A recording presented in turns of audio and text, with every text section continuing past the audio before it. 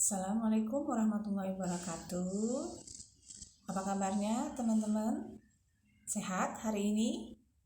Mudah-mudahan sehat semua ya, dalam kondisi sehat, tidak ada kurang satu apapun ya. Hari ini kita bertemu lagi dalam mata kuliah Akuntansi Keuangan Menengah 2 ya, dengan saya Ibu Dina Hairuna Siregar ya. Materi hari ini kita membahas lanjutan materi yang lalu ya. Di minggu lalu kita bahas tentang hutang jangka panjang. Sekarang kita masuk dari sisi equity ya. Apa itu equity ya?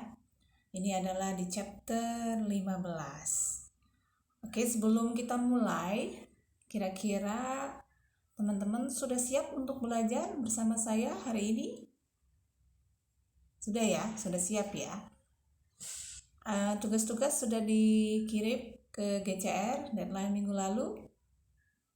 Sudah semua ya, mudah-mudahan tugasnya sudah dikirimkan dan tepat waktu ya. Karena ingat, kalau tepat waktu biasanya nanti nilainya berbeda dengan teman yang tidak tepat waktu ya. Oke ya. Kita lanjutkan. Adapun tujuan pembelajaran kita dalam materi equity, kita lihat dulu ya. Jadi sebelum kita masuk ke materi ini, kita akan tahu terlebih dahulu materi apa saja yang akan kita pelajari ya. Di sini kita lihat materinya sudah saya kirim di GCR, jadi teman-teman nanti silakan unduh materinya ya. Equity di sini dari bentuk perusahaannya ya, jadi ada jenis-jenis perusahaan, ada perusahaan perseorangan ya, ada persekutuan, lalu ada perusahaan. Nah, ini nanti biasanya terbagi atas saham ya, bentuk-bentuk perusahaan ini. Lalu ada namanya equity atau namanya saham. Lalu jenis-jenis daripada saham. Ada nanti saham biasa ya, ada saham preference. Lalu ada nanti kebijakan dividen. Kira-kira ada yang tahu apa yang dimaksud dengan dividen? Biasanya Deden tahu nih. Den, kebijakan dividen apa Den? Atau dividen apa Den? Ayo. Biasanya nih Deden nih selalu baca nih materi saya. Apa? Iya, keuntungan yang diperoleh oleh perusahaan ya. Jadi dividen itu adalah perusahaan dalam beroperasi itu memperoleh keuntungan, lalu keuntungannya ini dia bagikan kepada para pemegang sahamnya, yaitu namanya dividen ya. Jadi bagaimana perusahaan itu nanti membagikan dividennya, syarat-syaratnya apa saja ya, itu namanya kebijakan dividen. Lalu yang terakhir ada presentation dan analisis ya. Jadi ini materi yang akan kita pelajari di chapter 15 mengenai equity. Lalu adapun tujuan pembelajarannya, ini kita harus tahu ya, materi ini kita belajarnya manfaatnya apa sih gitu ya kan. Jangan sampai kita belajar sesuatu kita nggak tahu manfaatnya ya.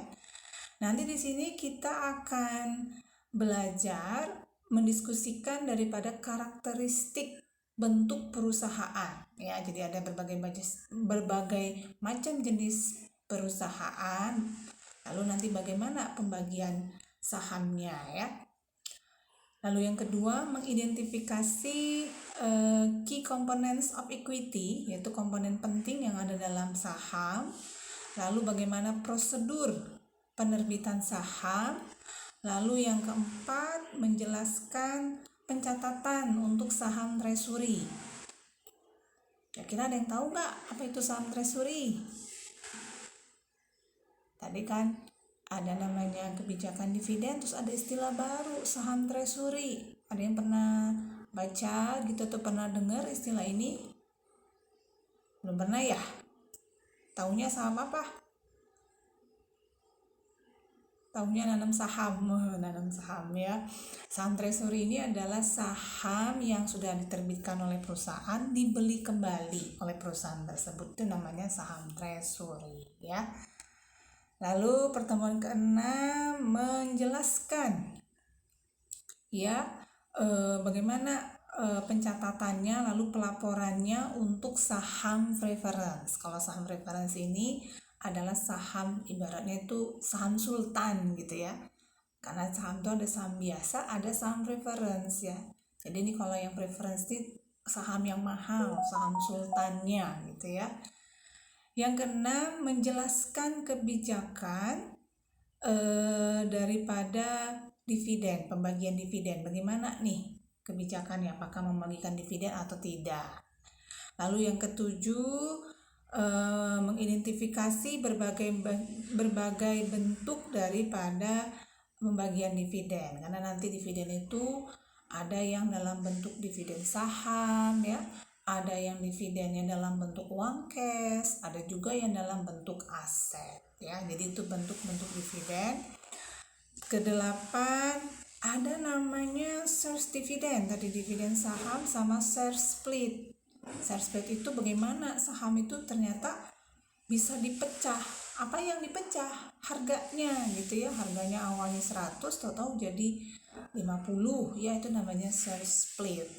Dan terakhir, bagaimana kita nanti membuat pelaporannya di laporan keuangan ya. Jadi ini materi yang akan kita pelajari di chapter 15 dengan materi equity ya. Oke, sampai di sini. Kira-kira ada yang mau bertanya sebelum saya lanjut ke materi berikutnya? Tidak ada? Oke ya. Kalau tidak ada, saya ucapkan terima kasih.